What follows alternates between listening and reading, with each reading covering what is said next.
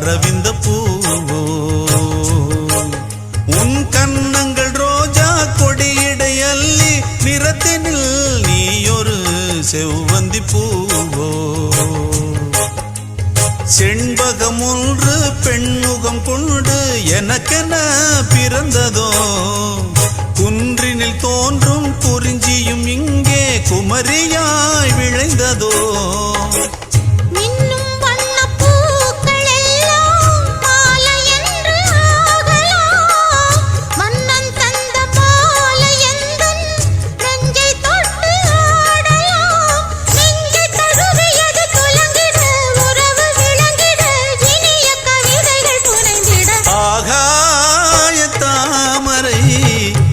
அருகில்